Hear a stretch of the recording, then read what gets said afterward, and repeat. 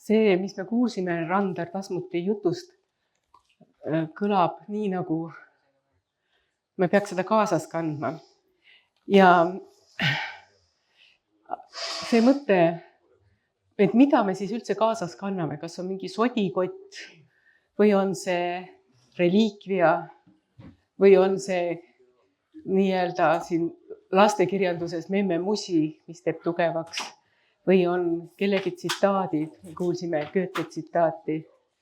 Goethe ilus tsitaat on ka selle kohta, et mis on ülimõnn.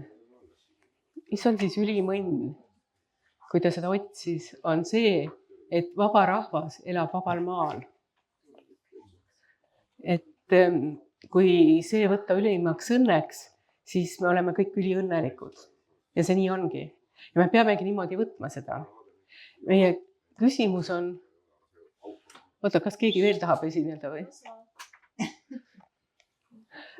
Et meie küsimus on selles, kas me seda ära tunneme igal hetkel. Sest see põhiline küsimus on, et kuidas olla pidevalt naeratav ja need asjad, mis vahele tulevad ja mis on muudetavad, et me need ära tunneksime ja muudaksime. Ma räägin kahest asjast teile praegu, ka iseendale, sest ma neid väga armastan mõelda. Tähendab, need on need, mida ma igapäevaselt ka mõtlen. On, kuidas me Soveti ajast ära tulime. Mis oli Soveti aja lõpp ja kuidas sealt siis väljuti. Kui te mäletate, siis aastal 1988 oli 1. ja 2. aprillil Loomeliitude pleenum. Need pleenumi kõned on praegu täitsa olemas YouTube'is. Lüüa neid sisse ja vaadata ja mõelda. Eriti Tõnu Tepandi laul on väga hea, mille kohta ta ütleb, et hakkab lugema, mis on jama ja ütleb, et aga mis mõtted sellel loetelul on. Sest see loetelu on igapäevane ja lõputu. Et selle asemel teeme midagi teisiti. Minul on siin kaasas selle Loomeliitude pleenumi kõnede raamat, kõnede kogumik. See pandi kokku 88. See oli keelatud raamat siis tollel ajal. Numbritega 100 või palju neid eksemplare oli, kes siis sai. Ühesõnaga karm tekst veel 88, kuigi samal ajal see 88, 1. 2. aprill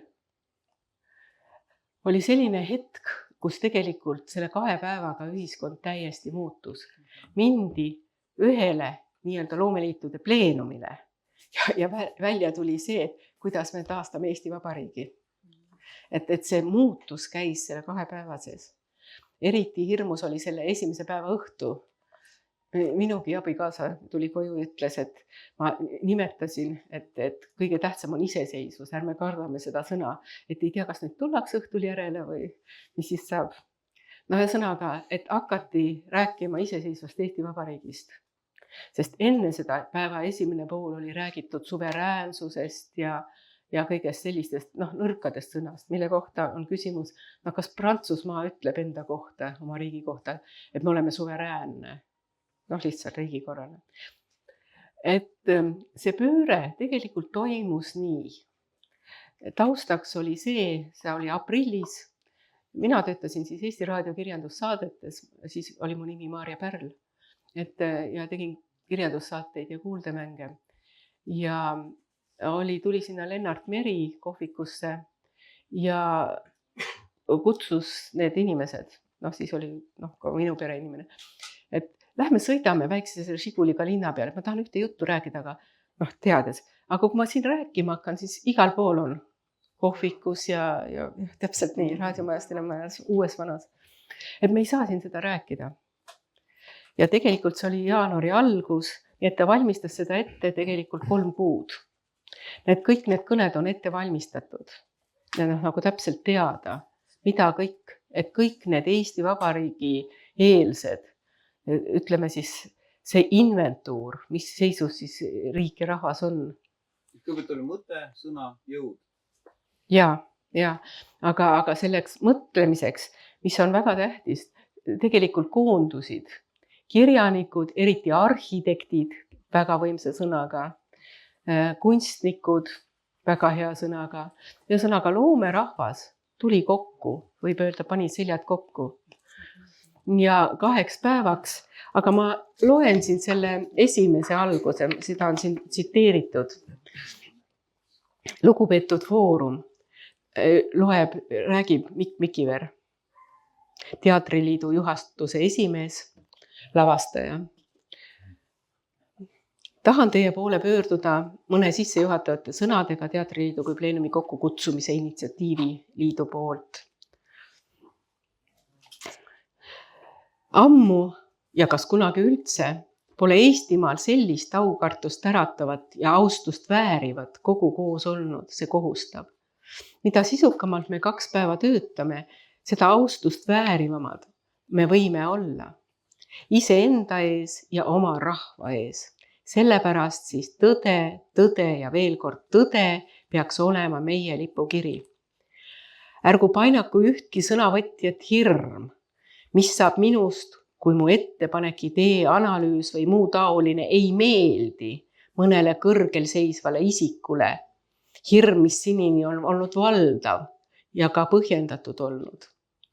Jäägu ainult mure, mis saab minu väärt ettepanekust käsitletud probleemist. Leiab ta mõistmist, leiab ta rakendamist. Ärgu olgu meil tabuteemasid lõpuni minna. Olgu ükskord ometi selle riigi põhiseadus, konstitutsioon ja muu seadusandlus mitte surnud paber, vaid lihaks saanud sõna, mis meid tegutsema kohustab, meid kaitseb ja määrab ka meie arutluste lubatavuse piirid. Kuni selleni, et asjalikult analüüsida näiteks asjaolu, kas on meie vabariigil kasulik kuuluda Nõukogude Liitu ja vastupidi, kas sellele liitriigile on kasulik meie kuulumine temasse. Rohkem tõelist demokraatiat, enam tõelist sotsialismi. Neid piire me pole ammendavalt seni veel kasutanud. Hüsteeria, väiklus, ülbus, motiveerimata süüdistused ja muu taoline jääb iseenesest ära, kui meie 2 päeva mööduvad inimkeskselt. Kui me peame silmas rahvast ja oma riiki, nende üks olemist, hea käekäiku ja kestmist. Ma loen selle lause veel. Oma rahvast, oma riiki ja nende üks olemist, hea käiku ja kestmist. Mida asjalikumad ja radikaalsemad on meie ettepanekud, mida me suudame teha kavandatavasse Moskva dokumenti, seda vähem sarnaneb ta meie esiisade palvekirjadele heale tsaarile, seda suurem on ta tugevus kogu Nõukogude Liidu elukorraldusele, ka meile. Eestimaa pole etteantult mingi provints. Teda võib selleks teha provintslus meis eneses. Kohal viibivaile Keskkomitee töötajaile ja valitsusliikmetele teeksin ettepaneku mitte tunda ennast külaliste või vaatlejatena, vaid kaastegijatena.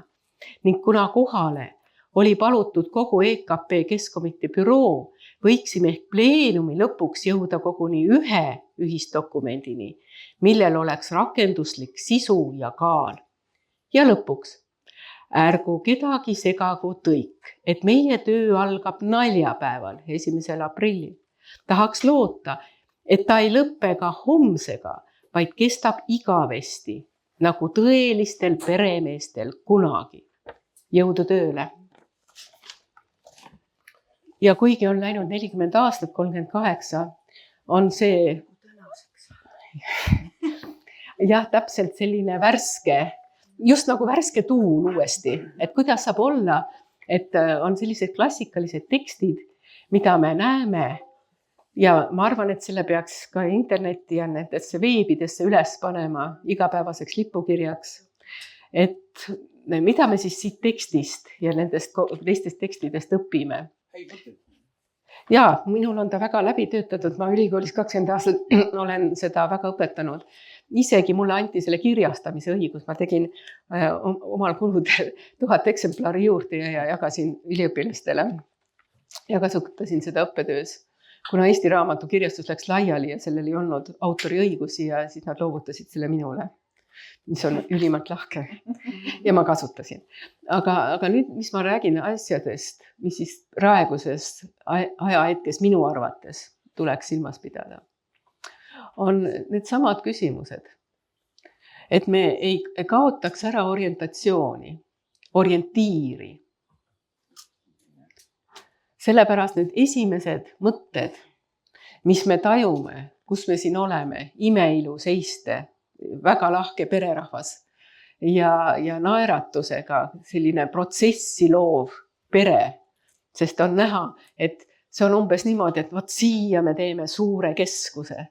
Me istume siin praegu ja ilmselt ka edaspidi on teil selline telk ja see on väga tähtis, et on selline koht, kus pererahvas ilma osalusmaksuta paneb lauad püsti ja inimesed, kes tahavad arutada ja mõelda, tulevad kokku. Nüüd teine küsimus on see, et kunagi, iga kord, kui siia kokku tulla ilmselt, on olukord erinev, see kontekst muutub. Aga mis on samad on need küsimused.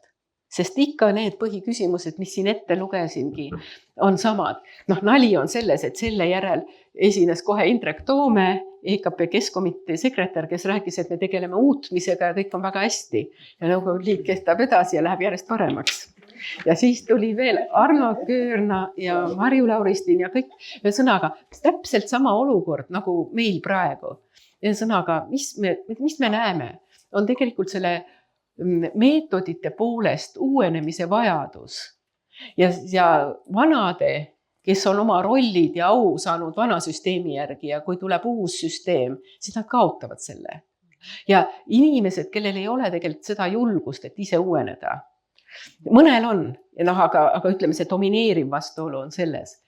Ja et kuidas siis luua siis selles ühiskonnas, kus ühed sildistatakse uhuudeks ja valedeks ja nii edasi, mis on meile selgelt sovetiaja pärand, kus on ühesuunaline mõtlemine, eks ole, ja on see õige mõtlemine ja kõik muu oli ju sovetiajal vale. Et kuidas siis selles olukorras leida tee jälle mõttevahetusteni, sest ühiskonda viib edasi dialoog ja mõttevahetus. See on nüüd see küsimus. Kus peaks toimuma mõttevahetus? Ja isegi see ei ole tähtis, igal pool peab kost. Aga just see mõttevahetus, aga dialoogilisus, kui on erinevad mõtted, see on väärtus. See on väärtus. Facebookis hakka mõtteid vahetama. Ikka vahetan. Igal pool. Ühesõnaga, kui tekib dialoog, mõttevahetus, siis sealt selgub, kui seal ei minda isiklikuks, seal selgub uus mõte. See on nii, see mõtlemise protsess on tegelikult väga lihtne. On identiteedi kujunemise alus.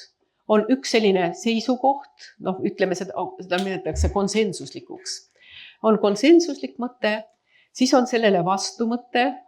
Sellel vastumõttel on tegelikult ka lubatud lõtk, selline lubatud vastuolude sfäär. See on see teine, aga seal on lubatud. Ja siis kolmas sfäär selle ümber on vaikus. Aga sealt vaikusest tõstame välja kogu aeg asju, kui me tahame sinna keskele arutamise kohta jõuda, siis läbi nende konfliktide. Need konfliktid meie ümber, mis kahjuks on halvas mõttes isiklikud ja sildistavad, selle asemel, et olla arutlused. Selles on meie suurim probleem. Et kui me näeme seda selliste sfääridena, et hea küll, meil on konsensus ju sama. Me tahame, et oleks meie riik, mis kestab igavesti ja rahvas saaks hästi hakkama ja see demograafia tõuseks üles, nii et inimestel, ütleme, riik oleks inimese keskne, inimeste ja perede ja laste keskne. Et selle pöörde tegemine on see küsimus. Aga nüüd teine näide, mida ma tahtsin tuua, on selline keskkond, mis meil sovetiajal oli. Ma arvan, et paljud teist ei tea sellist asja üldse, aga see on praegu tähtis korra siin välja tuua, et siis on näha, kuidas meile on pärandatud see mitte eksisteeriv, see vaikuse tabude pool. Kus siis aeg-ajalt, aegamisi siis tuuakse konfliktisfääri ja sealt siis konsensusesse. Väga paljud teemad liiguvad nii, et algul on, ei, seda pole olemas. Siis natuke arutame ja võib natuke siin olla niimoodi. Ja siis ühel hetkel öeldakse, et aga kuulge, see on ju meile tähtis. Et see pöördumine ja vastupidi, asjad, mis on olnud normaalsed nagu üks traditsiooniline pere, eks ju, nüüd on asetatud konfliktisfääri, et võib-olla nii, võib-olla ta. Ja varsti, noh, et mis asja, mis need valged mehed siis nüüd niimoodi, et ärme räägime nendest tabudest, see läheb. Noh, see on nüüd iroonia, saate aru, ma tegin nalja praegu.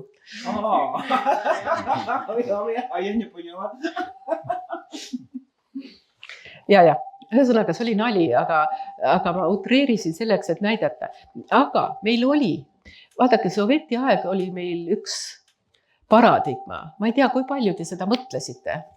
Aga see 44, kui 70-80 000 inimest Eestist ära läksid, põgenesid, sest nad olid rollides, mis kui sovjeti aeg oleks tagasi tulnud ja tuligi, noh, nad oleksid ju Siberis, nagu 41 küüditati, 49, eks ole, vahepeal usklikke ja igasuguseid peresid. Et noh, seal oli lihtsalt vaja ühelt Siberit tööjõuga täita ja teiselt poolt seda maad puhastada. Aga mis on oluline, on see, et see oli väga ja on ka väga elujõuline rahvas. Et ma ei tea, kui palju te suhtlete nii-öelda paguluseestlaste ja väliseestlastega. See on väga tähtis. See üks mõte, miks ma siin praegu neid asju räägin, on see, et me peaksime selle kultuurikapitali, mis on maailmas laiali Eesti kultuurina, ja see on väga võimas, Eesti majad kõik üle maailma, Eesti koolid, Eesti teadus, Eesti kunst. Et see noh, kui siin samasel oli nii Jaak Jõerüüt kui Rein Veidemann rääkisid, et meie esimene asi on tagasi pildile tõsta välis-Eesti kultuur. Lihtsalt sellepärast, et see on nii võimas. Ühesõnaga see, meil oli tegelikult 80... rohkem seda kultuuri kui meie ise. Absoluutselt, ja. Et see 88 tegelik olukord, ühelt poolt oli see loomeliitude pleenum, aga selle vabanduse nõudmine, see kõik ju oli 50 aastat juba, mis meil oli sovjeti aeg, ülemaailmselt Eestit ju koos hoidnud.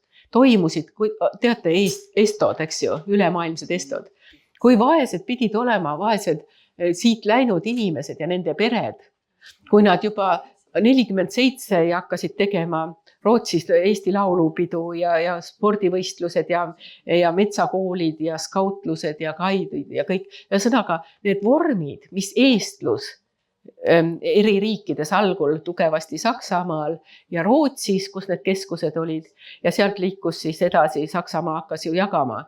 47 oli selline olukord, kus taheti eestlastest Saksamaa puhtaks teha see paguluseestlastest, et kuidas nendes Keislingeni ja Augsburgi laagrites suutsid eestlaste juhid astuda vastu UNRWA ja Saksa valitsusele sellega, et saada eestlastele, need olid DP, Displaced Persons laagrites, selle staatus, et neid ei saadeta, kuna oli, et vaba, nüüd on võitjad, eks ju, Nõukogude Liit, oi, nüüd on minge koju. Ja et selgitada, et see on veel ohtlikum, et sinna ei saa minna sellisesse kohta. Et see võitlus, mis käisid eestlased, kujutage nüüd ette üheks hetkeks, aastat 44 läksid nad laiali, 45, 46, 47, 48. Teate, ühtegi päeva polnud sellist, et nad teaksid, mis järgmine päev toimub, kas nad süüa saavad, mis lastega saab. See elu ja see elujõud oli enneolematu. 45 novembris asutati 2 ajalehte, Eesti Post ja Eesti Rada Saksamaal, Keislingenis ja Augsburgis, mis olid nii-öelda tiipilaagri lehed, aga juba paari numbri pärast olid nad professionaalsed suured ajalehed, värvitrükis Eesti Vabariigi sümbolitega. Ja see mõttelaad ja organiseerumine, mis toimus laagrites, kõrgkooli, mis nad lõid, Balti kooli, Eesti, Läti, Leedu koos, et see maha surutud rahvas, kellel polnud midagi ette nähtud, võttis korraga nendest piiskadest sellise kultuuri jõu kokku, et ehitas nendest suurema ja võimsama kultuuri, kui Eesti NSV-s meie suutsime. Ja nagu see suure hetke punkt oli tegelikult üldlaulupidu aeg. Et siis oli ka välis-Eestis, pagulus-Eestis see tajumine 100 aastat laulupidu, 1969 ja Eesti NSV-s samamoodi läks korraga, inimesed tundsid, et see on murdehetk, et siin me oleme kõik koos ja rahvana ja see eneseteadvus läks väga suureks. Isegi tolleaegsed ajalehtede peatoimetajad on mulle öelnud, et me öösel kirjutasime neid tekste ümber ja värisesime ja et hommiku kella 5 oleks kõik juba tõrkitud ja ühesõnaga need murdehetked, aga miks ma skitseerisin nagu seda 2 liini, et see kui 44-45 läks kõik see laiali, siis mõtleme suure austusega nende inimeste peale, kes siis seal sellistes oludes ellu jäädes, hakates kogunema iga aasta üle maailma, saates oma lapsi maailma laagritesse, eestlaste laagritesse üle maailma. Et kuidas nemad elasid. Ja et see on olnud reaalsus. Ma ütlen veelgi rohkem, kujutage ette, et sellises olukorras hakkasid nad välja andma ajalehti ja need ajalehtede tiraažid olid tuhandid, 6000, 8000. Need olid ülemaailmsed ja kokku 40-50 algul oli üle 200 eestikeelse hea lehe ja arutelukeskkonna. No, raamatud lisaks, aga ma räägin just sellepärast, et mis toimus see, et sa üldse kontakti suudad hoida. Sa lood selle kontakti, millest sa ei tagane. Ja ma tahan öelda seda, et kui UNESCO pärandite kirja on saanud Eesti suitsusaun ja mulgipuder, siis tegelikult peaksime seisma praegu meie, kuna välis-Eesti on juba nõrgenenud, eks ju, seal ei ole seda segunemist on palju, aga juured on tugevad. Et me peaksime mitte katsuma, vaid tegemagi ära selle ÜRO-le, selle ettepaneku, et Eesti kultuur, Eesti kirjandus, Eesti ajakirjandus on UNESCO maailmapärandi inimkonna saavutuse üks märk. Kuidas üks väike rahvas, kellest 10 põgeneb, loob võimsama kultuuri ja elab edasi ja kannab seda nüüd juba 3-4 põlvkonda ja kõik jätkub. Et see on see, millest ei ole räägitud. Meie asi on praegu siin kultuurimaailmas ja igapäevaelus ja lastele eriti, siin lapsed ja lapselapsed, et on vaja hakata rääkima, ma ei ütle seda globaalsust eestlast, vaid see on nagu oleks ülevalt alla tulev, vaid tegelikult seda tuleb nimetada, ma arvan, üleilmseks eestluseks. Et see on see üleilmsus. Ja kui meil soveti ajal räägiti palju internatsionalismist ja rahvaste sõprusest, siis meie probleem on tegelikult, et miks me ei saa oma rahvaga sõbraks. et oleks aeg nagu oma enda rahvaga ülemaailmselt sõbraks saada. Ja päris tõsiselt ütlen ma seda, et tuleb ja et ei ole siia maale, mis siin on jutuks olnud siis, eks ole, Veidemannil ja Jõerüüdil ja veel ka teistel, ja ka lõpuotsused on väga võimsad, pöördumised peaprokuröri poole, sest tuli rehabiliteerida ka neid, kes olid Siberisse viidud ja küüditatud ja kõik nii edasi. Ja pöördumine ka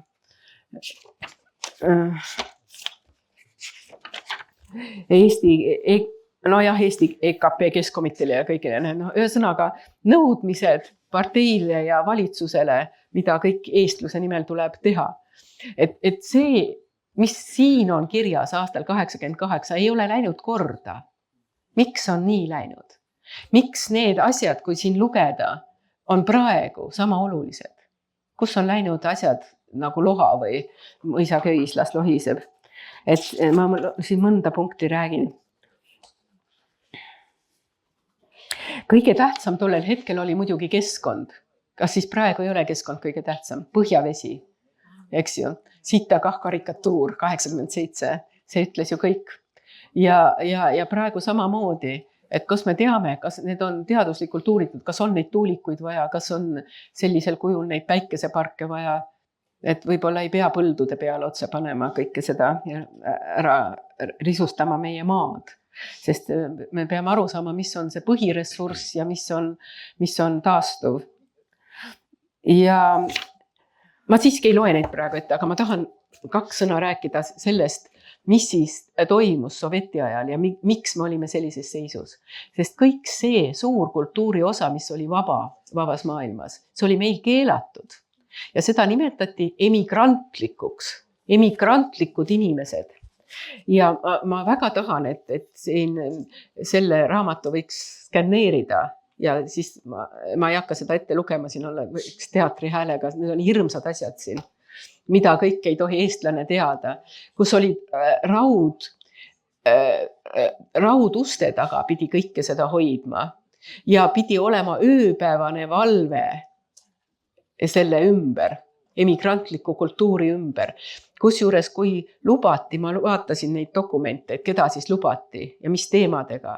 Kujutage nüüd ette, teadlane, nii-öelda, see oli veel Eesti Teaduste Akadeemia eriosakonna all. Ja sinna lubati 30 teadlast aastas, selle hulgas ka poliitilised nii-öelda. Ja nende kõrval seisis Andres Roolaht on ta nimi, kes oli selle värgi dirigent selles suletud arhiivis või kogus. Ta seisis teema lõikes, näitas ära, kust maalt kuhu maale võib lugeda ja kattis ja valvas. Et ma natuke räägin teile õudusi, te lihtsalt kujutlusvõime ei jõua sinna ise. Et ta kattis ära eest ja tagant tekstid leheküljel, mida ei tohtinud lugeda, sest see ei puudutanud seda teemat, mis oli kirjutatud ja millel oli luba antud. Siis kujutage ette, keegi siin kirjutab märkmeid. Siit ruumist ei lähe, see on näide nüüd, aga sealt. See, mis sa kirjutasid, sa ei tohtinud selle teema märkmeid ruumist välja viia. Kõik märkmed vaadati üle ja jäeti sinna ruumi valve alla läbilugemiseks. Kuni selle teema uurimise lõpuni ja siis sorteeriti ja seal oli veel niimoodi, et märkmed ka hävitati ja kui oli ka selline asi, et oli mitu kohta niimoodi valet asja märgatud, siis oli akte selle kohta ja antikviitung vastu, kui hävitati kogu märkmik. Siis need raamatud, mis tulid välis-Eestist, 74 siis koondati, kus need olid igale poole salaja pandud, seal keskkomiteesse, propaganda, siis välisosakonda, KGB-dele, koondatigi siis sinna. Aga seal ühtlasi enne seda oli neid raamatuid, välis-Eesti raamatuid põletati. Lihtsalt põletati 50-ndatel. Siis kogu see arvepidamine, sinna lubati ainult selliseid teemasid uurima, mis olid anti-soveti uurimine, ühesõnaga paljastada emigrantlikku valesti mõtlemist. Ühtegi mitte poliitilist teemat ei saanud ja seal ei olnud. Ja nüüd, mis on tegelik olukord? Kui välis-Eesti oli täis väga andekaid teadlasi üle maailma ülikoolides. Näiteks kas või see kogu, mis ainuüksi Austraalia arhiivist saadeti separaate, teadusseparaate, kui sul on artiklid, üle 8000 siia Eestisse. Aga üle maailma kõik 100 Eesti teadlased. Et nende separaadid, nende tööd, nende kohta ei ole üldse infot. Aga see on võimsam ja suurem töö, kui Eesti NSV-s ja kui praegu meie teadusest siin on tehtud. See on tõeliselt vaba mõtlemise, väga suure filosoofilise pinge, otsingulisusega, heade meetoditega uuritud alad. Et me seisame selle eest, et peaksime sellega teaduse tagasi tooma ja Eesti olukorra traagika on praegu see, et see põlvkond on ju lahkunud. Aga meie asi praegu on ikkagi see tagasi tuua, sest nende lapsed tihtilugu ei ole eesti keeles suutelised nii palju lugema. Nad õnneks on need teadusasjad ka inglisekeelsed ja muudkeelsed, aga ikkagi, et seda Eesti kultuuri keskset maailmapilti taas luua. see on see töö, mis seisab ees. Ja see raamat on siis, tema pealkiri on Varjust valgusesse, et üks inimene, Anne Valmas, kes enne töötas seal sisuliselt koos Sinijärvega, Lilian Sinijärvega ja siis Roolaht, kes olid selle valvurid, selle arhiivi salaraamatukogu, keelatud raamatud, kõik selle valvurid, siis korraga hakkasid seda nii-öelda uurima ja tutvustama. Aga siin on need pöördemomendid, eks ole, üks on see, et see salaraamatukogu, aga selle salaraamatukogu rikkus, ta on nüüd avatud, aga nüüd see aeg on läinud, see ajalõtk on kaotatud. Aga minge sinna vaatama, see on Rävala 8, endine Teaduste Akadeemia, nüüd Tallinna Ülikooli raamatukogu 3. korrus. Seal on Välis-Eesti raamatukogu ja minge ja lugege ja vaadake ja küsige neid dokumente välja päris tõsiselt. Ja ajaleht ja ajakirjus, see on erakordselt väärtuslik, mis meil seal on. Ja nüüd, kui need pildid kokku panna, siis me näeme, mis seis meil on. Meil on seis, ja mis on loomulik ka, et aastakümnetega igaüks muudab natukene vales suunas ja siis kokku saab üks suur vale, eks ju. Mul on väga meeles Peeter Tulviste, kui ta sai rektoriks, palus kõigil õppejõududel tulla rääkima, mida nad soveti ajal tegid. Ja ta kuulas neid nädala või kauem ja kokkuvõte oli selline. Et kõik on väga kena. Ükshaaval kuulates ja ma kõike usun ja see võibki nii olla. Aga olgem ausad, see pilt, mis me kokku saame, on kaugel tõest. Ja meil on praegu samasugune olukord, et kust siis otsida seda tõde, et kust me leiame siis seda, mis seal tegelikult on. Kust otsida on päris küsimus. Ja see küsimus on tegelikult dialoogilisuses.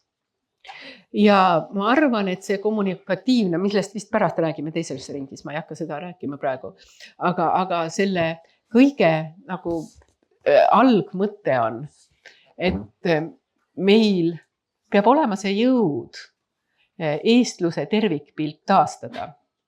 Ja siin, kui me kuulisime Randar Tasmuti mõtteid, siis need olid tegelikult sellest mõttest just kantud, sellest üleilmsest. Ka üleilmsest eestlusest, sest tegelikult Eesti kirik üleilmselt oli väga tugev, ta koondas. Näiteks Torontos ehitati ka oma kirik ja nii edasi ja olid mitmed kogudused ja nii edasi.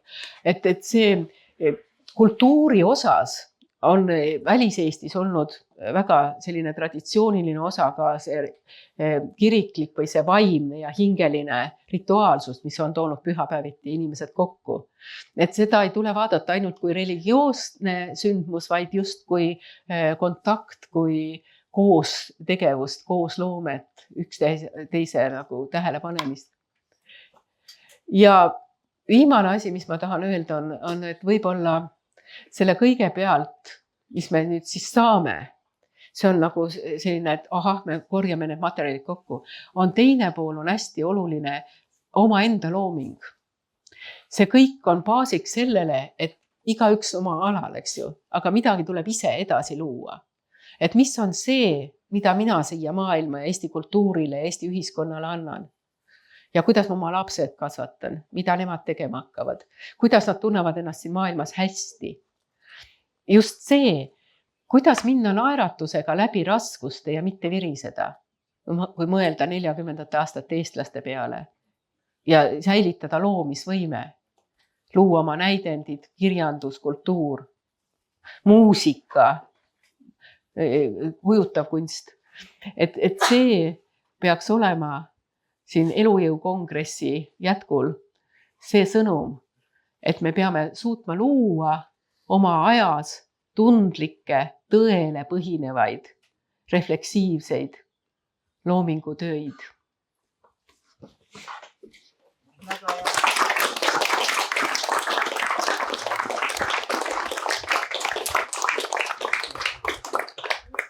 No nii, Maarja Lõhmus. Küsimused, kes mida küsib, soovib, et... Küsimus ei ole. kus on Küsijad. mikrofon? Kus on küsijad? Kus on küsijad? Väga tore, küsige ikka. Muidugi ma võtsin Käsi mikrofoni püsti. kaasa. Mina küsin, et millega Oota, mina oota, näiteks, oota. et mul on Linti ei lähe. Mul on 2 tütart Vancouveris Eesti majas tegevad. Et millega mina saan näiteks kaasa aidata? Kui tore. Ja just tähtis on see, et nad seal on eestikeelsetena, eestimeelsetena. Ja, aga tähtis on see, et olla nende omakorda, keda nemad õpetavad seal.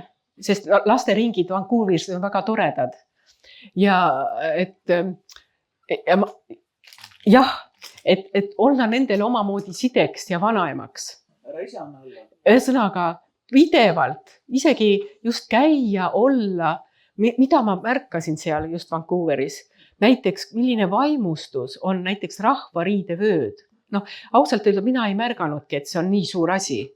Rahvariidevöö, kui peen see on sõnum. Ja kuidas seda, oi jumal, ma vaatasin selle kudumist ja pärast seda ma olen teine inimene. Ja see inimene, kes kudus, oli veel Saksa sõjaväes olnud, kaitsnud ja ellu jäänud Sinimägedes.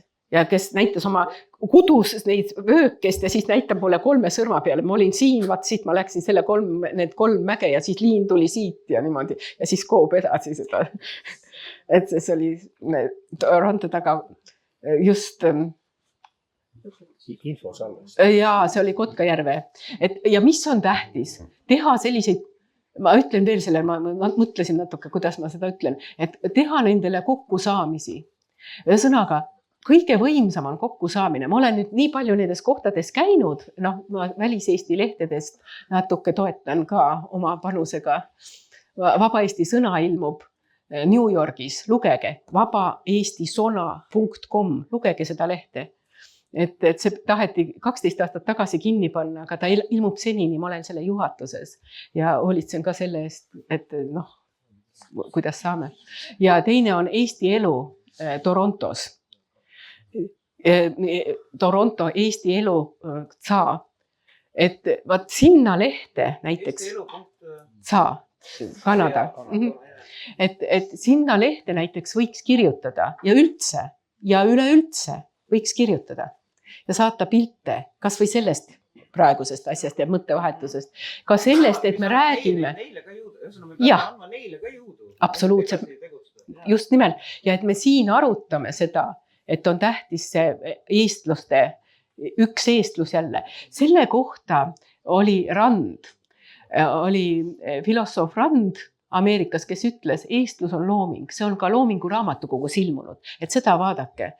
Et ta inspireeris väga palju just Kaide, Skaute ja Metsaülikooli Kanadas selle mõttega. Ja see on meile ka väga tähtis. See on see, millega ma oma juttu praegu lõpetasin, et see loomingulisus peab jätkuma. Et see kõik on meile selleks, et seda vööd edasi. Aga ma arvan, et kõige tähtsam on suhelda nendega. Käia seal kohal ka ja kutsuda kokku.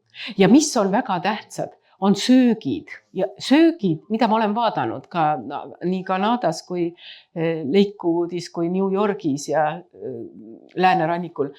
Ma märkan seda, et söökide ümber kogunetakse. Söögid, laulud, siis kui on juba söögilaud ära olnud, siis hakkab laulude osa. Ja tantsivad, aga lauludest peab peas olema, ma tahaksin kodus olla, kui õunapud õitsivad, seda peab teadma, sest seda tuleb mitu korda laulda. Ja siin käisid, Kanada koor käis laulmas siin, kui see tantsulaulud. Ja, täpselt olid.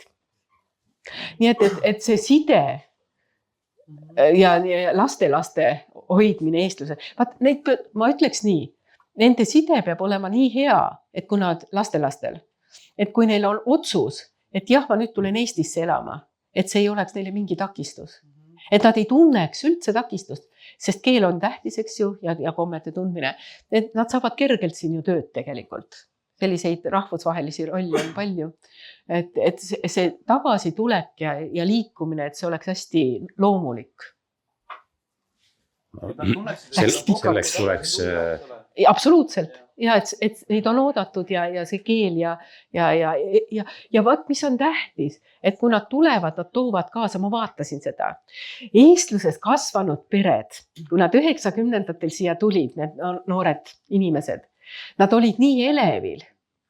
Ühesõnaga, meil ei olnud sellist õnne, mis tähendas, me ei tundnud ära seda õnne 94-5-6, mis tähendas suur asi, et on oma riik. Ja kui paljud noored, mulle väga meeldis nende särasilmsus, kui nad tulid oma muinasjuttude maale.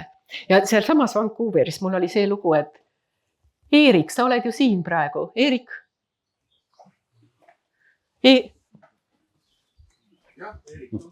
Eerik, tule siia.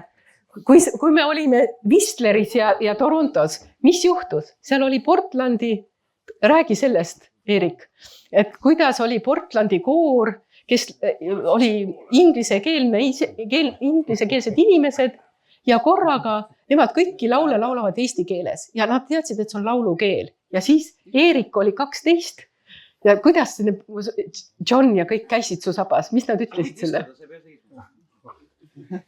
Räägi, mis seal juhtus? Ma väga palju ei mäleta just sellest. Miks nad su sabas käisid? Sest nad olid üllatunud, et on reaalne inimene, kes räägib nende laulude keeles. Võis küll olla. Sa mäletad seda? Nad 2 või 3 ja kogu aeg nad elasid veel meil kõrval toas hotellis, et see tunne, et see on päris ja siis, mis oli kurb, mis on mul nagu süü, et see John, kes ütles, et nüüd ma tulen ära Eestisse. Vaadake, mis on tähtis? See esimene innustus ja südame vaimustus ära tunda ja aidata. Mina ei suutnud seda Johni aidata. Ma tahtsin talle Eesti ajakirjanduses inglisekeelse väljaande nagu korrektori kohta. Otsisin ja niimoodi, et mul ei läinud see korda, mul on nagu südame peal, et üks Eesti sõber on, kas või otsi üles ja niimoodi, aga et see, kui tekib siin inimestel mõte, et seda tuleb aidata edasi liikuda. Nii, see küsimus on vastatud. Oota, aga see, et Eerik ei saanudki rääkida. Sain mikrofoni. Aga Eerik, kas sa mäletad seda koori? Aga Eerik, aga mida sa mäletad? Räägi paar sõna, tõesti, me ei ole kunagi rääkinud. Mida sina mäletad? Käisid seal ja midagi ei olnud või? Oli midagi või? Käisime Metsaülikoolis. Nii. Seal oli... Ma ju tokin. Siis olid kalamees. Seal sai palju kalal käidud. Seal oli olukord, kus öeldi... Ära sega vahele, ema. Seal sai lauldud. Ikka ja. Laul, nii.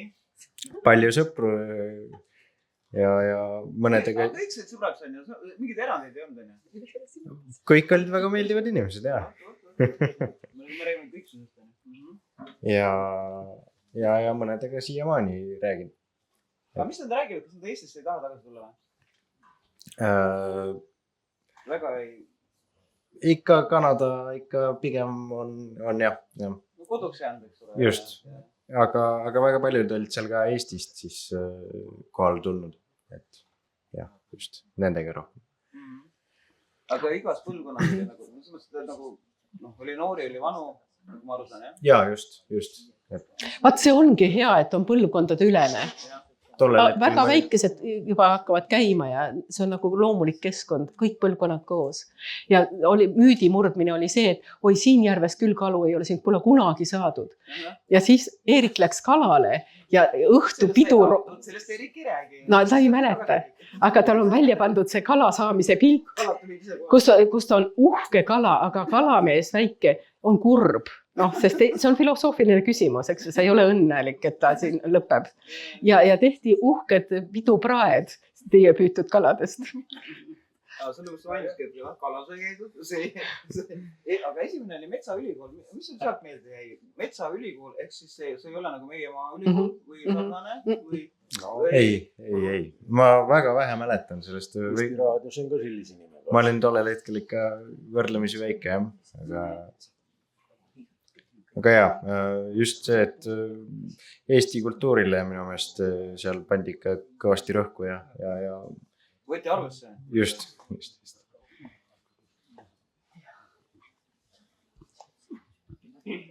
olid toredad inimesed. Just. Kusjuures praegu ka, augustis muide, on uuesti Metsaülikool. Kui te loete sisse Kotkajärve Metsaülikool, ma väga soovitan, ütleme, kui see aasta mitte, aga siis järgmine aasta, see on iga aasta ja nad kutsuvad. Eestist kõik inimesed on teretulnud. Et kui on olemas see väike nii-öelda reisiraha, ja et siis lõpuks ei ole nii hull, see on läbi Toronto seal siis, et nad on väga õnnelikud, eriti kui lapsed kaasa võtate. Et see, mina arvan ka, et see suhtlemine peaks olema nagu mõlemapoolne praegu. Ja mis on veel üks asi, kui teil on jaksu, minge neile lausa happi, seal on ehatare. Ehatare on täitsa juba 60-sed lähevad. Eestlased ehitasid oma emadele, isadele vanaduseks oma suure maja, kus elavadki eestlased. Jah, aga see on, all on suur söögisaal, kus nad iga päeval saavad kokku Pansionaat, jah. Ja väga uhke ja väga ilus. Ja näiteks õudne oli see, kui seal olid teenindajad inglisekeelsed, et tegelikult võiks soovitada kas või oma lastel ja niimoodi käia seal keelt õppimas ja rääkimas nendega ja siin nüüd on hakanud meie koorid, kui käivad, siis käivad ühtlasi Ehatares esinemas. Ja samuti siis kuulevad, suhtlevad, et see jah, eri põlvkondadega ja just nimelt ise ka sinna kohale minna. Seda põlvkondade vahelist suhtlemist on tõesti tänapäeval natuke keerulisest hoida. Miks? Väga hästi. Seal pole kunagi probleemi. Ei, ma ei võta välis, ma võtan praegu siin. Aga miks? Eriti... Ma ei räägi kodus praegu siin. Aga ma räägin ühte asja. Tähendab, kõige kergem on siis, kui selle... Ja. Et kui kõige kergem on just minna reisile. Ühesõnaga, minna, eestlust saab väga hästi õpetada siis, kui võtta laps kaasa ja minna. Samamoodi on Lakewoodis need lasteraagrid, augustis spordilaagrid võiks sinna minna, siis on skaudilaagrid. Ja just Ameerikas ja Kanadas on nad tugevad, et need saab üle vaadata, neid saab tutvustada. Et kui lapsed kaasa võtta ja sinna minna, siis tagasi tulles on teine inimene, sest ta korraga nagu, ma arvan, et loksub paika see mõtlemine, et mis ikka maailmas toimub ja kust mul on juured ja miks nemad siin on ja nemad saavad hakkama ja on nii võimsad. Et selline lugu. Aga see oli hea küsimus, jah. No nii, kas on veel küsimusi? Tervist minu poolt ja tere ka uudistekeskuse vaatajatele ja kuulajatele. Ma olen Maarja käest seda tegelikult küsinud, aga küsin siin siis ka otse eetris. Milline tähtsus on Eesti alternatiivmeedial ja miks seda nii-öelda peavoolu poolt nagu ei tehtagi välja ja süvariigi poolt summutatakse maha? Et äkki oskad siin uudistekeskuse kuulajatele, vaatajatele seda nagu selgitada? Jaa, see on väga lihtne. See on lihtsalt sellepärast, et nagu ma juttu alustasin meelega selle konsensusega, eks ole, nende sfääridega, on keskel see konsensus, millega sihuke ametlik liin ütleb, et jah, see on meil olemas. Aga kultuuris see peab olema alati laiem, kui on poliitiline. See suurim probleem meil, kui ma sulle vastan, läksid vist kaugemale. Jah, et seal on see, et tekib juurde poliitiline moment. Kultuuriliselt ei saaks selliseid suhtumisi olla, sest kultuuriliselt kas või üks kultuurisuund, välis-Eesti suund, mingid muud, kolmandad ja edasi. Kultuuriliselt peab kõike olema. Kui korraga poliitsfäär hakkab otsustama kultuuri üle, mis on kultuur ja mis mitte, see on vale. See on kurb ja selles mõttes need alternatiivkanalid peavad kindlasti olemas olema, sest need on kultuurilised ja need võimaldavad dialoogi. Nii et selles mõttes väga palju jõudu, aga on teine asi, mida ei tohi teha. Ei tohi laskuda poliitikatesse, võitlema selle eest, kas mul on õigus seda rääkida või mitte. see on poliitiline küsimus ja kultuuriliselt, Eesti kultuuris ei saa keegi võtta ära õigust kultuuris rääkida. Kui keegi poliitikutest, kellele ja poliitilised suunad on väga erinevad ja need võitlevad oma vahel. Teate, see põhiküsimus on see, et on tõesti see kokku lepitud mingi meile ka tunnetuslikult armas kultuuritasand. See on konsensus, see kindlasti on konsensus. Siis on subkultuurid, need sellised, kus ühele meeldib, teisele ei meeldi. See on see konfliktid võivad ka seal olla nende vahel, miks mitte.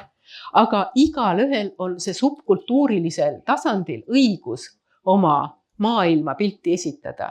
Seda ei saa vabas riigis mitte keegi poliitiliselt väljast määratleda. Õige suund on nii, et kui on see subkultuuride mitmekesisus, siis poliitikud peavad kõrvad suured ja loevad luubiga, mis seal kirjas on. Nad peavad neid tundma selleks, et teha poliitikat. Aga lihtsam on istuda oma kabinettides ja nii edasi ja käia nii samuti ringis ja rääkida Eesti kultuurist. Aga tegelikult on nad kehtestavad poliitilist kultuuri ja seda ei saaks teha, kui need subkultuurid on tugevad.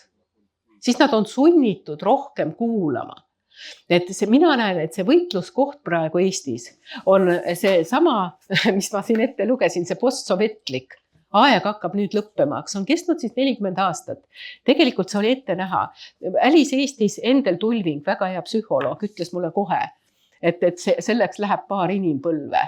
Et saada see avatud mõtlemine. Siin küsimus on avatuses ja suletuses. Meie tulime, see sama tekstiraamat, me tulime suletud ühiskonnast. Vaat see kirjuta üles, kui siin on plaanis midagi üles kirjutada. Et me tulime suletud ühiskonnast ja nüüd me arvasime, et me jõudsime avatud ühiskonda. Siin tekstide poolest jõutigi. Aga tegelikkus on see, et meetodid jäid küllaltki poliitiliseks. Need uued, kes tulid läbi kultuuri, nad politiseerusid väga kiiresti ära. Ma olen kirjutanud artikli politiseeritud Eesti on väike Eesti, väike ühiskond. Ja me ei tohi seda ühiskonda politiseerida väiksemaks. Kultuuri ei tohi politiseerida väiksemaks. Vastupidi, kultuurile me peame kogu aeg hingust ja uusi mõtteid juurde andma. Nii et selles mõttes kõik need, mis sa küsisid, need alternatiivkanalid, need on kulda väärt. Need on äärmiselt olulised, aga seal on üks küsimus. Nad ei ole metoodilised piisavalt, et neid ei leia. Näiteks minagi, kui ma vaatan, ma satun nende peale väga juhuslikult. Ühesõnaga, et see, et kui sul on kava, kas mingi regulaarsus, ühesõnaga, see kultuurilises süsteemis peaksid nad paremini näha olema. Nii et inimesed, milles on asi?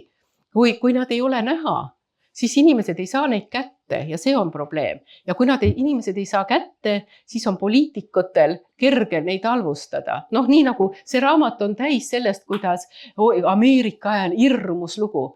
Ameerika hääl tegi imesid Eesti rahva vaimsel avamisel. Jah, aga ametlikul liinil ei olnud midagi hirmsamat. Tehti eriuuringuid, tehti erikomisjon Ameerika hääle ja Soome televisiooni vastu võitlemisel. Kõik see oli nii hirmus. Ja kas ei ole hämmastav, et see on sama asi, aga see teine pool on see, et ise peab olema korrastatud. Ei saa teha neid kaootiliselt, juhuslikult, vaid tuleb... Nojah, peab olema kanal. Ütleme siis, need kanalid peavad olema järjepideval ajal. Nii, veel küsimusi?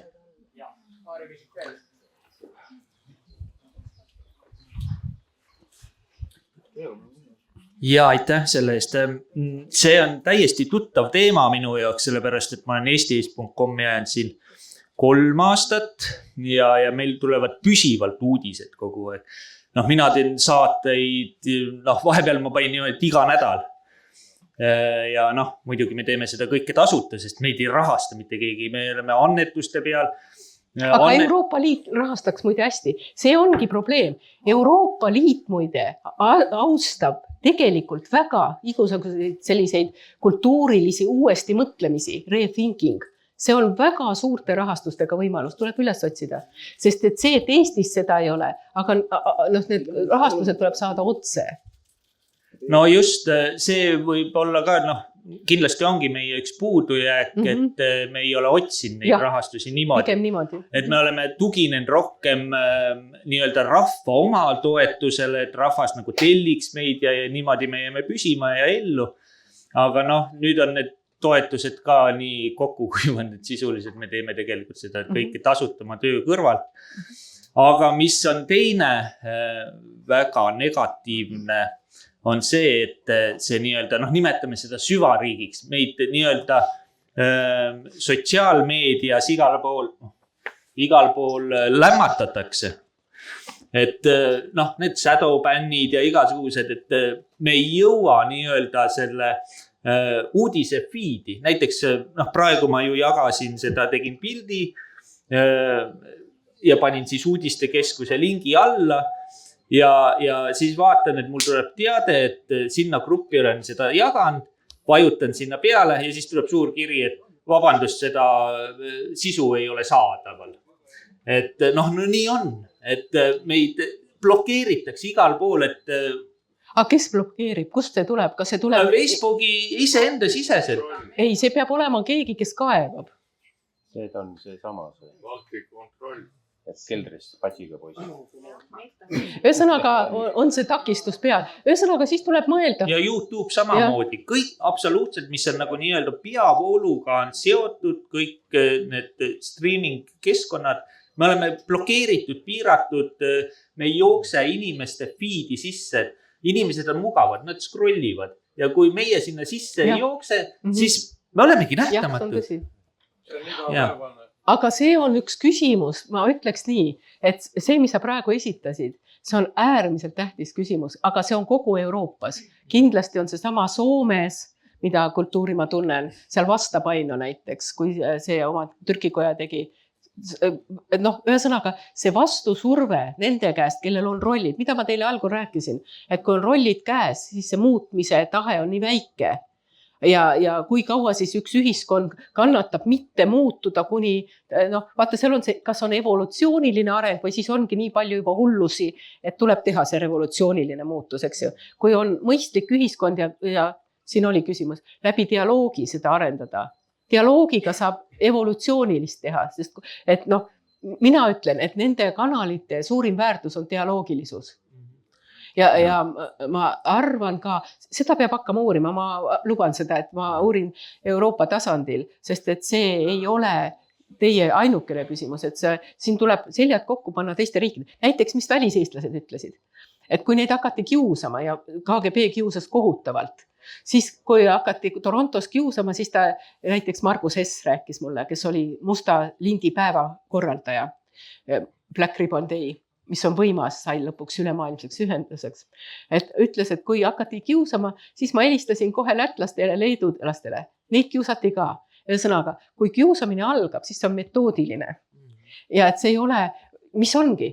Ja nad olid nii targad, et nad momentselt hakkasid üheskoos, panid seljad kokku, hakkasid seda ületama, seda kiusamist. Sest et tegelikult, vaadake, see on ju saavutus, sest et kui palju Veksat ja kõike rahastati ja kodumaa ja mis kõik välja anti, et see kõik ei tähendanud midagi. Isegi Eesti rahvas teises maailmasõjas, see ajalooraamat paksu, Rootsis antud köited hulgaliselt, sellele tehti ju jätk Veksa ja KGB poolt, see sama Andres Roolaht tegi. Ja isegi välja nägemine, suurus, kõik sama, ainult vastupidiste juttudega, eks ju. Kujutage ette. Sõnaga see tahe pöörata teist ja võitlus informatsiooni ja desinformatsiooni vahel, eks ju. Et kui vaadata poliitilist liini, siis on see. Aga mina soovitan, et praegu pidada see võitlus ära kultuuri avatuse nimel ja kogu Euroopas, sest igal pool on see küsimus, kuidas siis kohalikkus, selle küsimus, mida ma siin ei puudutanud, aga on kõige tähtsam, on kohalikkus. Inimene elab oma kohas, temal on kodu, koht ja kuidas sellest välja kasvab see tunnetluslik loomingulisus ja ühistegevus, kuidas see siis esile saab?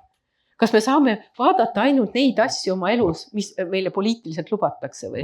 Seda ma tahtsingi kommenteerida, kuidas, küsimus kuidas, et on nii-öelda see konsensuslik, või mis sa rääkisid, see asi, ja siis on olemas nii-öelda see killustatus või siis kohalikkus või siis see hajutatus või et see hajutatus ja see ühismeel, see peab olema kogu pidevas dialoogis loominguliselt. Ja mis puudutab nüüd seda, kuidas neid võõraid striiminguid kogu aeg blokeeritakse, siis peab olema enda oma lihtsalt. Ja mina olen see küsimus on tegelikult juba ükskord püstitatud, aga tegelikult tuleb teha, et on oma serverid, oma see ja siis sinna alla saab koondada absoluutselt kõike, lõpuks võib sealt ka ERR-i näidata. Aga mõte on selles, et alternatiivid oleks seal kõik koos ja siis ongi see paljusus, et ei tohi tõmmata ainult tekki oma peale, et peab seljad kokku panema just nimelt. Näiteks ega Torontos on sama olukord, seal on väga hea kanal, lugege seda, on Estonian World Review. Estonian World Review, Vaado Sarapuu tegi selle 10 või niimoodi aastat tagasi, aga samamoodi seal oma eliit ütleb, mis asja, seal oli Eesti maja ümber võitlused, eks ju, et kuidas see siis ära müüdi ja mis rahade eest ja kellele ja nii edasi. Aga mis tema tegi? Teised serverid on hoopiski Ameerikas, ei saa kinni panna, kuigi on ka sisse murtud ja püütud teha ja kõik nii edasi. Võttis see sama, kes seal Miami's elab ja kogu aeg kirjutab. Ütle mulle see vana härra. Jah, Toomepuu, jah. Et tema lõi Ameerikas Miami's paralleelserverid ja kõik on niimoodi. Ühesõnaga, peab tagavarad olema, peab oma server olema, peab olema kultuuriline, peab olema dialoogiline. Ise. Kõike tuleb ise teha. Ja aitäh selles suhtes, et tegelikult on ju meil ju kõik need serverid, asjad on olemas. Näiteks Eikil on uudistekeskus.ee ja see on ju kõik on tema eraserverite peal ja täiesti välja lõigatud nii-öelda peavoolu teemadest. Itu on olemas. Ja, aga vaata siin ongi see teema, et kuidas see mass nüüd tuua sinna alternatiivservereid vaatame ja seda alternatiivmeedia siis tehtud kanalit. Et see massi liigutamine ongi kõige keerulisem, sest nad on nii kinni selles nii-öelda selles peavoolus, sest peavool kogu aeg tuututab neile hommikust õhtuni, et need on uhuud ja lollakad ja lamemaalased ja neid ei ole mõtet üldse kuulata ja kuulake ikka meid.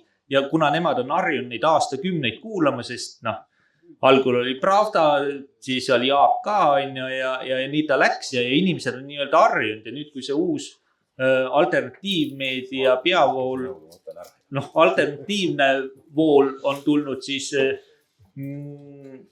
nad ei usalda kuigi peaksid. Ei, siin on teine küsimus. Isegi tead, sellel on vastus. Ja see on huvitav.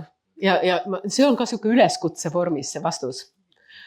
Et see on, kui ma õpetan ja lasen midagi teha, näiteks lasin teha kuuldemängu. Ütlesin, et ehke nüüd siis kuuldemäng ja tegid väiksed rühmad ja tegid kuuldemängud. Ja mis oli huvitav, et kui nad kokku ei lepi, eks ju, ja kõik mõtlevad, et on väga loomingulised, siis see esimene samm ei ole looming. Vaadake, see ongi huvitav ja võib-olla ka, ütleme, need kanalid, toores tekst ei ole veel looming.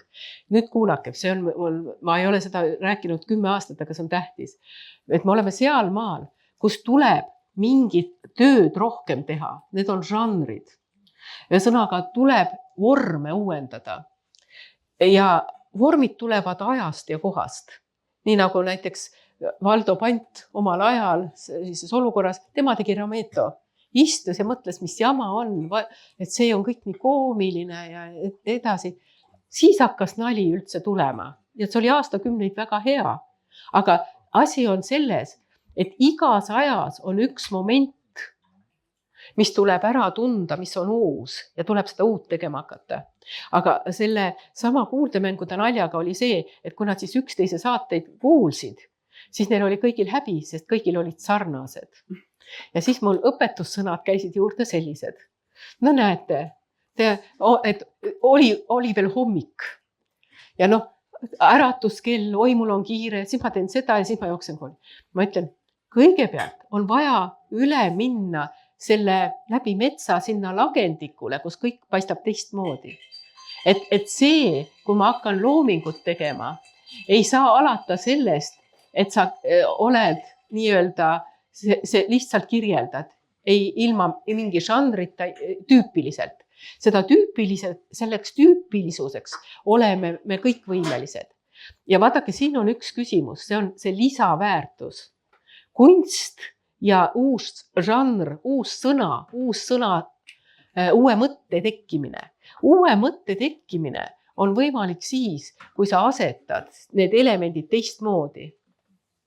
Ja mis on praegu nagu ütleme nõrk pool, on, et need asjad, ka mis ma olen vaadanud, need võivad olla pikad, aga see pingutus, et ma panen need teise süsteemi need asjad ja see tegelikult, mis ma ütlen, see vajab inimestelt isiksuslikkust ja see vajab julgust neid asju järjepidevalt oma mõtte järgi süsteemi panna. Meie inimeste ja minu enda ka, kui tekib mõttelaiskus, siis ma võib-olla nii-öelda ei suuda piisavalt läbi mõelda selle uue tervikuni. Aga tegelik see ajakirjandus ja looming ja kõik, mida me vajame, kas siis on peakanal või kõrvakanal, on selle uue mõtteviisi tekkimine. Ja selles suhtes ma täiesti nõustun, see on meie aruteludes läbi ka käinud ja nii-öelda ka minul on küsitud, et okei, võtame siin eesti.com-i, võtame Objektiivi, võtame Kertu Luisu, võtame Nõmme raadio. Me kõik tegelikult kirjeldame seda sündmust, mis Eestis ja maailmas toimub ja kui perses kõik on. Ja me paneme päevast päeva, aga žanri muutust ei ole. Ja vaata, siin ongi see, et tuleks nagu mingi satiir vahele panna ja muidugi siin Utsu ja Tutsu show, see on midagi uut moodi, mis Kivisildnik ja nemad teevad, aga tegelikult nad teevad tegelikult samat asja ainult läbi niisuguse musta huumori prisma. Aga tegelikult nad teevad ikkagi samat asja, nad kirjeldavad, kui perses kõik on. Ja siis, et siin tegelikult peaks lülitama ka nii-öelda poliitilise fooni välja ja tegema lihtsalt huumorit, naerma üksteise üle ja see nagu nii-öelda, see teeb selle teema nagu pehmemaks ja informatsioon jõuab inimestele palju paremini, sest ta läheb liiga puiseks, ta läheb liiga raskeks ja kogu see, kõik need erinevad kanalid taavad ühte asja. Aga ma saan aru, see on oluline, sest meil on ka vastaspool ja me peamegi vastu seisma. Aga nüüd ongi see, et kuidas sool on lisatud, kuidas nüüd ka pipart panna, et selles ongi see asi. Aga see on väga hea mõte, mis sa praegu ütlesid, et see mittepoliitilisus on suur kunst rääkida poliitikast, mitte poliitika. See sama, mida ütles Baskin, et mul ei ole kõhklusi, aga mul on üksikud kahtlused. Et sa pead liikuma, aga see nõuab, ja see on kõige toredam ju, ütleme ausalt. Vanasti öeldi, et ei tohi olla mõttelaiskust, aga järsku ongi tõsi. Mul tekkis jälle kiht kommentaarida, et selleks, et me ühesõnaga järelikult on midagi valesti läinud, kui väga paljud tunnetavad, et on perses. Aga teate, üks asi on. Aga selleks, et midagi muuta, tuleb kõigepealt fikseerida olukord ja hinnata, mis on valesti. Aga sealt edasi on vaja kindlasti just nimelt seda sidusust ja koostööd ja seda, et kui me oleme nüüd selle esimese etapi teinud ja kõvasti sarjanud kõike seda, mis on valesti, siis sealt on loogiline jätk, et nüüd tuleks teha konstruktiivseid asju. Jaa, täiesti nõustun. No see ongi arengu loomulik etapp. Sa lähedki järgmisesse etappi, sa ei saagi jääda kogu aeg nagu kiruma. Et sa pead ka lõpuks, et selles kirumisel, et miks ma kirun, et see ongi ju loogiline. Ja kas peab üldse kiruma, et see ongi jälle žanri küsimus. Et tegelikult vaadake, sõna on tohutu jõuga. Miks peab kasutama nii palju negatiivset sõna? Tegelikult see on omamoodi manifestne. Näiteks raadiost kuulata, kui sul ei ole muud, noh, hea küll telekas veel kannatad, sest pilt hajutab, aga kui sul on ainult hääl ühe meele peale, et tegelikult selle sõna tundlikkus on ikkagi, noh, peab olema palju suurem, et seda kasutada. Mis on kummaline, et jõuline sõna on tegelikult, noh, nii-öelda jõusõnad ja kirumine on tegelikult nõrk. Et tugev on just see õrn ja loovsõna. Ma üldse lätisin mikrofoni sisse ka, on kuulda. Rääkisin just ühe naisterahvaga seal ja me jõudsime sellise konsensusele, et odav õppejõud võrdub odav tööjõud. Eesti turg on nii väike, et me ei suudagi nagu neid tugevaid õppejõudusid endale lubada hetkel. On ju nii? Ei tea, meil on väga hästi. Tähendab, näiteks minu õpilased, kui on kriitilised ained olnud, siis kui näiteks läks Firenze ülikooli edasi, siis tuli pärast ütlema, et aga ma olin seal kõige tugevam, et küsiti, mis alusel neid õpetatakse. Küsimus ei ole nii. Ja see on ka see, et hea ja halb asi, ma tean, et Einar vist tahtis ka, et hea ja halb asi, vaadake, nüüd ma ütlen julma tõe, on see, et see võtab ühe palju aega ja ühe palju raha. Selles ei ole ajas ja ressurssides ei ole küsimus. Küsimus on mõtlemises. Halva asja tegemine ja hea asja tegemine võtab ühe palju aega ja raha, jah, ressurssi. Aga see, kuhu maale on arenenud inimesel kõik see loomingulisus, vaat see on kunst. Kas ta suudab ridade vahele kirjutada? Absoluutselt, jah. Einar vist küsis. Okei, et ma küsiksin siis ära, et vaata, millest ei ole rääkinud, on praegu see, et kuhu situatsiooni me tegelikult eriteenistustega jõudnud olema. Et on see, et nendel otsingumootoritele pannakse ka filtrid vahele. Et me ei otsi enam, kui te toksite näitena kas või minu vanu artikleid, eks ole, ma ei leia ise ka neid enam ülesse. Ja kui mul ei ole seda linki, eks ole, mida saata, siis otsingumootorid ei otsi enam välja. Ainus, mis me saaksime teha, mis võiks olla meie roll siin, et need lingid kaduma ei läheks. Tehke enda lingi, kuidas öelda, albumid ja ka nendest samadest otsing, noh, ütleme, et me ju läheb siin asi linti, eks ole, et neid samu jutuajamisi, mis meil on siin, salvestada ka enda arvutisse selles suhtes, et 10 aasta pärast neid ei pruugi enam olemas olla. Ja mis nad teevad, on selline asi, et niinimetatud otsingumootorid töötavad descriptionite alusel. Ehk sul tehakse helifail, mitte helifaili, vaid helifailist tehakse tekstifail. Ja otsingumootorid töötavad nende järgi. Aga mis me oleme uurinud, on selline asi, ja millega ka jälile saada, et need descriptionid rikutakse YouTube'is ja nii edasi ära.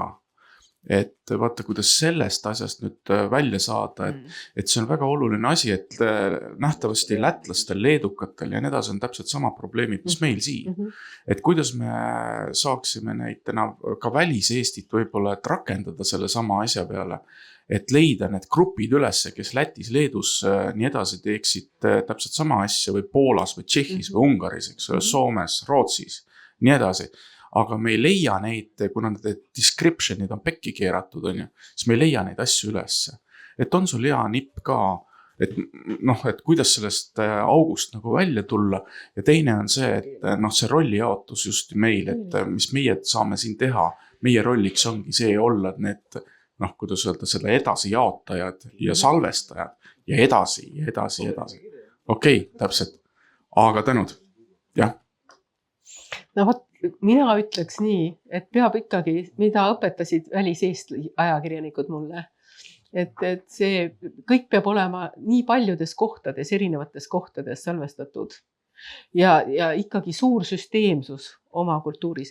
Ühtpidi on Eesti kultuuri päästnud see eesti keel just nimelt maailmas, sellepärast, et ta on ka hoidnud seda kriitilist mõtteviisi. Näiteks seesama, et me ülikoolis olid õpetasin kriitilisi sotsiaalühiskonna teooriaid. kõik olid kriitilised analüüsid terve sajandi kohta. Saksa kolleeg ütles mulle, issand, mida te õpetate, meie riigis selline kontsentratsioon kriitilist mõtlemist on keelatud. Et meie saame, kui sa sihukest kursust tahad, et see hajutatakse 3-4 kursuse peale ära, et algul ikka pikalt sellised normatiivsed teooriad ja siis lõpus natuke kriitilisi. Mitte see, et sa alustad ja lõpetad kriitiliste teooriate ajalugu. Mis meie ülikoolis on olnud ja mis on suur väärtus. Aga üks on see kriitilisus ja teine on süsteemsus. Et mina ei tunne neid descriptionite tegemise loogikaid, aga ma olen kindel, et kusagil peab olema, ja võib-olla sa ise oskad vastata, sa küsisid ainult selleks, et ise vastata, sest sina ju tead paremini, kuidas teha sellist kogu, kus inimene läheb ja saab kätte teemad ja need kirjeldused. Kuidas teda teha, sest seda on vaja. Vaata, las ta vastab. Ma oleks võinud ära kommenteerida.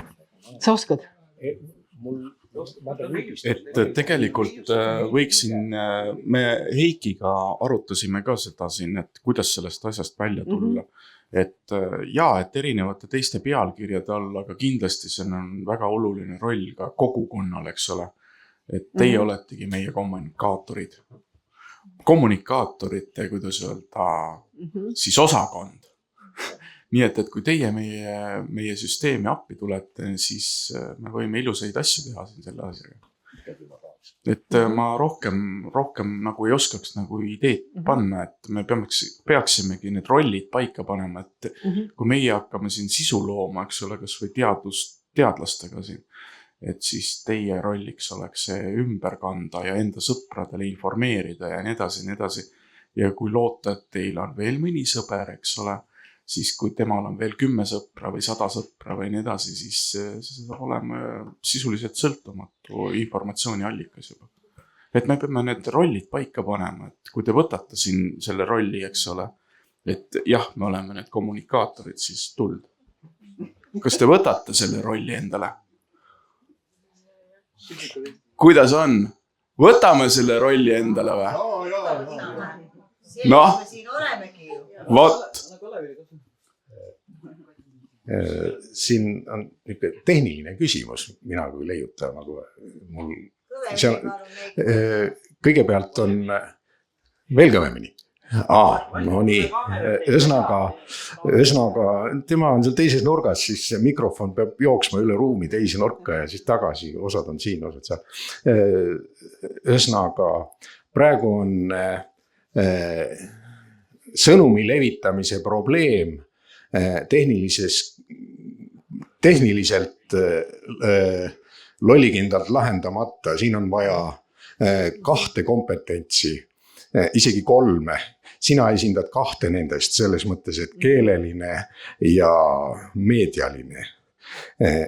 Aga sinna juurde nüüd peab lisama 3, mis on itindus. Et ma saan aru, et need descriptioni või keele kaudu nopitakse võrgust välja, mis ei ole kosher. Aga kui meil on oma serverid ja meil on oma võrgustik, kes mina näiteks leian internetist midagi huvitavat tehnilist. Ma teen kohe copy-paste'i omale kõva ketta peale. Ja siis ma vahel on trefanud situatsiooni, kus ma sõbrale ütlen, et mine vaata seal selles linkis, hullult huvitav asi. Kus kohas? Ei ole, ei leia. Ainus võimalus ongi kõva ketta pealt ja siis laed uuesti ülesse. Muudad descriptionit, et nad ei saa ära kustutada. Siis kui meid on palju ja neid on palju, siis kes kiiremini toimetab, see võidab. Selles mõttes, et vaja on, et nigu vana link ära kadus, tuleb uus link sama teemaga. Et nigu leitakse, et enam ei saa kätte, on teise lingi alt see sama asi. Et selle baas on see, et on palju tegijaid, kes kõigepealt oma kõvaketta peale selle ära salvestavad ja siis saab seda uuesti lükata võrku. et muidugi, kui nad nüüd AI kasutusele võtavad, siis läheb raskeks, meil peab oma AI ka olema siis. aga siin on üks kolm kompetentsi on vaja kokku panna. Tegelikult on 6 kompetentsi, tegelikult on see, jah, mul on, et see ideed, eks ju, siis on sõnumi moodustumine, need on semiootilised kompetentsid, aga need katavad kõike, funktsiooniväli. On idee, sõnumi moodustumine, siis on kanal, siis kõige oluline, see, mille üle me praegu siin räägime, miks pannakse midagi kinni, on kood. Ühesõnaga, kui kood on vale, kood. Et kui on kood vale või kasutatakse vale sõna, siis tõmmatakse maha. Siis on see vastuvõtja või see persooni funktsioon ja siis on tagasiside funktsioon, ühesõnaga, mis sealt edasi läheb siis. Aga mis on nagu oluline on see, et vastandused on dialoogilised, oma ja võõras, et kuhu me siis laseme oma kultuuris praegu konstrueerida need pingeväljad, mis on oma ja mis on võõras. Ma arvan, et nende kanalite üks ülesanne on mitte minna nende poliitiliste vastanduste pingeväljadele. Teha need, ja siin on läheme jälle sinu jutuni, et see loomingulisuse moment, uued žanrid, ühesõnaga, ja vaata, siit tuleb järgmine kiht selle sinu tekstile, on see, et kui sa ütlesid, et inimesed räägivad teistmoodi, hea küll, aga tegelikult tuleb katsuda nihutada ka seda oma ja võõras vastandust.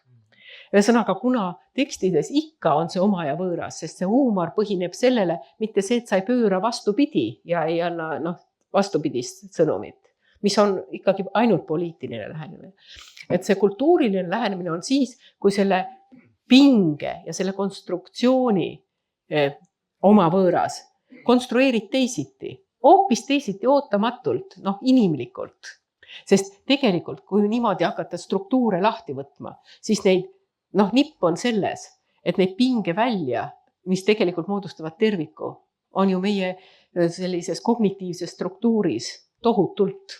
Nad ei ole aktualiseeritud, nad ei ole pidevalt kasutuses.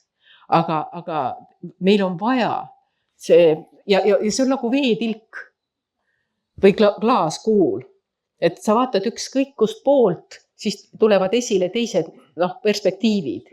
Jah, aga asi jääb ju samaks ja küsimuse saab esitada ja kõik need küsimused saab selle sees ära esitada.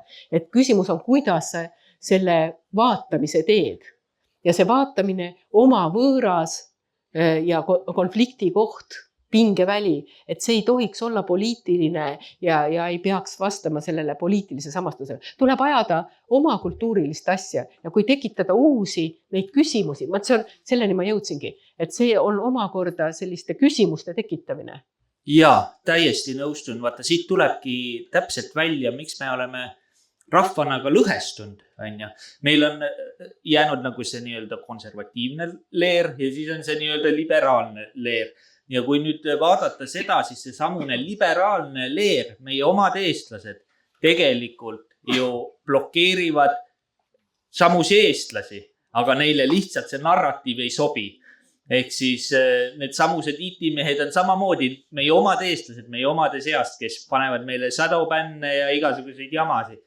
Et vaata, siin ongi see, et kuidas leida see tervik, et tuua see vastasleer uuesti tagasi meie omade sekka, et kaob ära see vastandumine.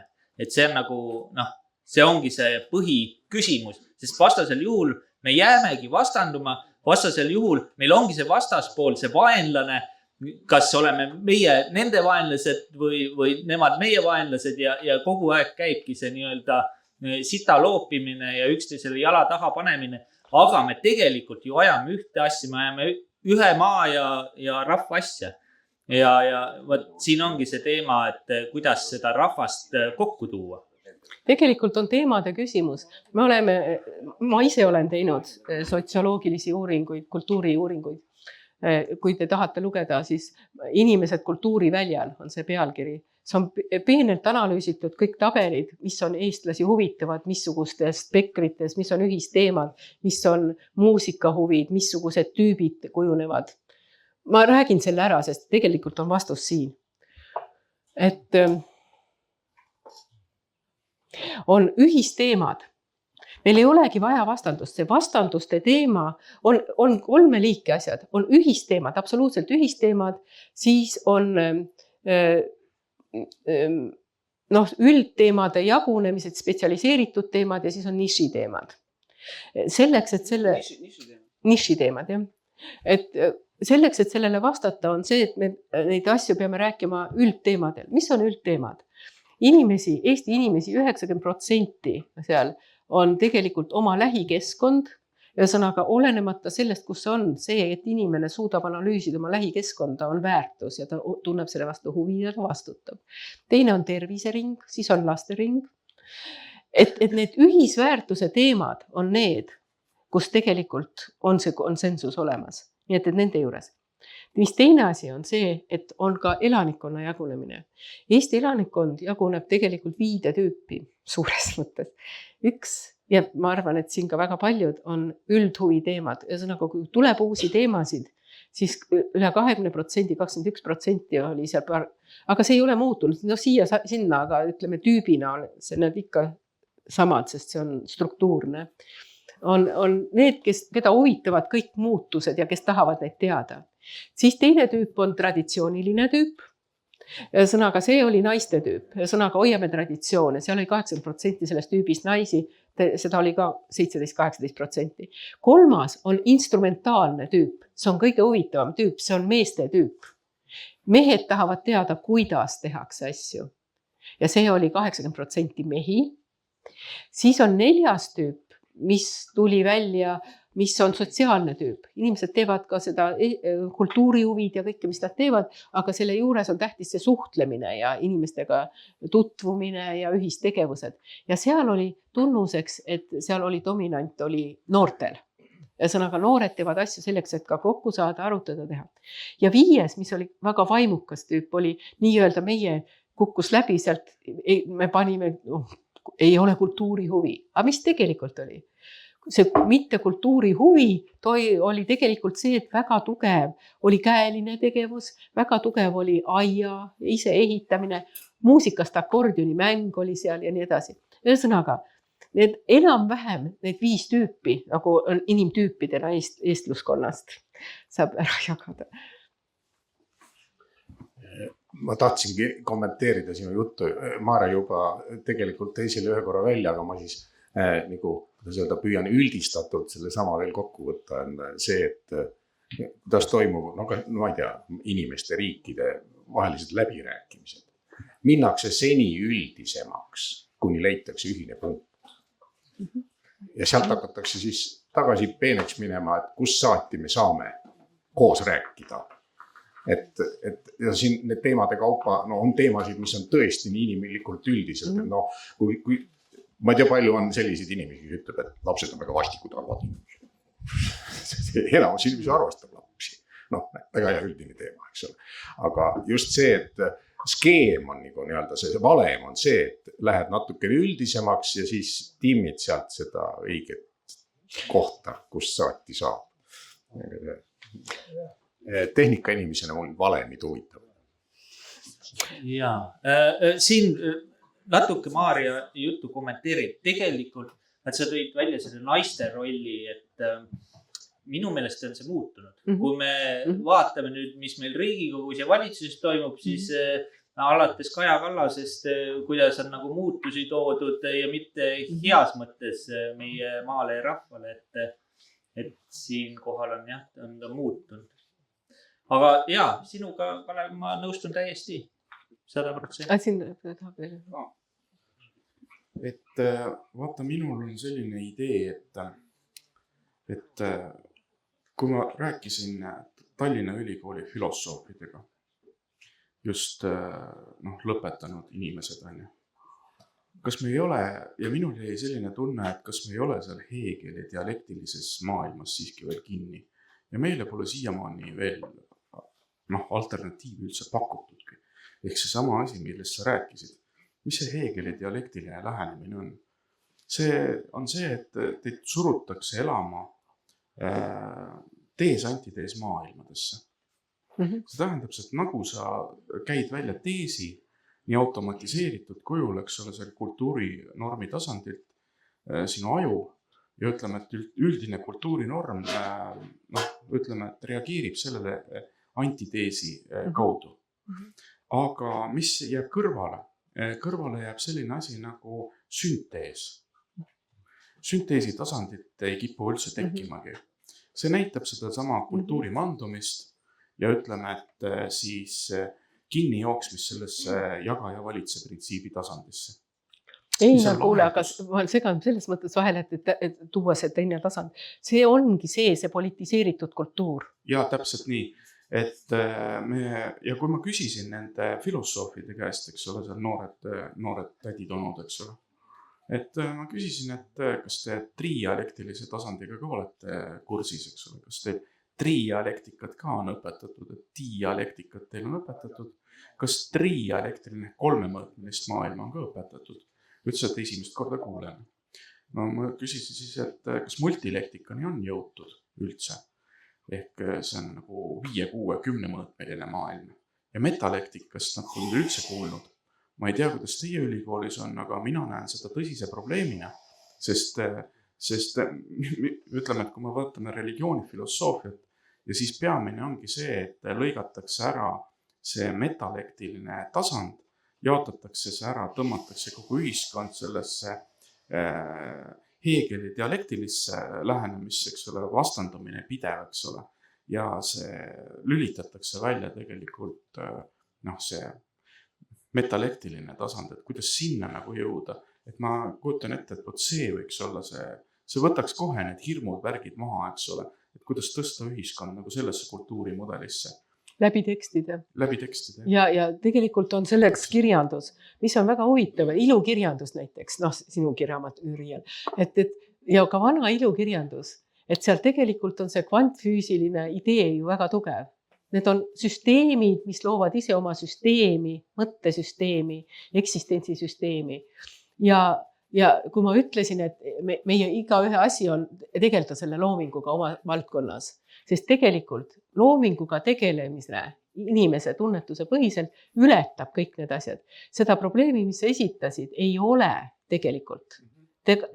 Kui on inimesed tugevad ja nad kasvatatakse, siiski ma kasutan sõna, kasvatatakse loomingulisusesse. Näiteks, mis meie uuringus tuli välja, mis on erakordselt hea, et ma selleni jõudsin siiani, nii pikalt pidin rääkima, et öelda põhiline. Et seal on selline asi, et inimesed kasvavad kultuuri niimoodi, et kõik, mida nad elu jooksul teevad lapsepõlves, see kumuleerub. Ühesõnaga kasvatuse efekt ja kunstini jõudmine on kumuleeruv. Et kui me uurisime ka raamatu lugemisi ja fotograafiat ja maalimist ja kõike näiteringe, siis saime aru, ja siis analüüsisime neid inimesi. Aga see oli väga suur ankeet, mis kõik seal taustal olid ja mis tuli välja. Need inimesed, kes olid kasvanud just multikultuurilises, selles mõttes kunsti mõttes, mitte et palju kultuure, vaid harrastuslikus mõttes. Kõike olid nad proovinud, nad olid näidelnud, teinud pilte, käinud looduses, eriti lugenud raamatut, eriti kui oli kodus vaimne sfäär. Isegi mõjutas inimese elukäiku, elukaart see, kui palju oli kodus raamatuid, lapsepõlve kodus. Ja sõnaga, see keskkonna kaasavõtmine ja inimese tegevused, et need ei kao kuhugi, et need on need kihid, mis kumuleeruvad. Ja ka vaimseid probleeme polnud nendel inimestel sellisel viisil. Ja sõnaga, kogu see kasvatusprotsess, see binaarsed opositsioonid, need kaovad momentselt ära, kui inimene tegeleb reaalselt tunnetusega. Mida me siis näeme? Mina lõpetan nüüd sellise mõttega, et on 2 võimalust. On tunnetusliku põhine maailm ja on konstruktivistlik maailm. Tänapäeva maailm on konstruktivistlik. Aga kui me läheme kas või kvantfüüsika juurde, siis me läheme tegelikult refleksiivsuse ja tunnetuse juurde tagasi. Päris konstruktivistlikku maailma. Kui on väga hea tunnetuse põhi, siis see sünteesi tasand konstruktivistlikult tuleb super. Parimad kultuurid, seal Islandist ma võtaksin näiteid palju, et need sünnivad väga hea tunnetuse ja väga jõulise konstruktsiooni pealt. jah, aga teiselt poolt, kui me võtame, et me nüüd konstrueerime ühe mudeli, konstruktivistlik maailm, meile öeldakse, milline on ideoloogia ja millesse me peame mahtuma, mis on õige, mis on vale. ja me hakkame märkama endas ise, see oli õige, oi, mis ma nüüd mõtlesin, seda ma ei mõtle, ei, ma ei tahi niimoodi mõelda. Ühesõnaga hakkame oma tunnetust, vaadake, mis on probleem. Ja mis on koolilaste hulluste ja lõikumiste, ma lugesin hirmsaid arve, kuidas see on kasvanud. On see, kui noorel inimesel ei lasta tema refleksiivset, tunnetuslikku põhja välja kujuneda ja sellest väljenduda. See sama kultuuriline teekond, kus peab siis see kumuleerumine kasvama. Aga kuidas sa kumuleerud, kui sul on ideoloogiad peal ja sinu refleksiivsust ei austata ja tõmmatakse maha? See on see põhiküsimus. Ühesõnaga, ma ütleksin siis lõpulauseks niimoodi, kui meil on hea refleksiivsus ja tunnetus, mis on kultuuris austatud ja respekteeritud ja otsitud ja kõrgelt väärtustatud ja siis on kõik, mis sellel põhineb, ka konstruktivistlikult väga hea. Aitäh!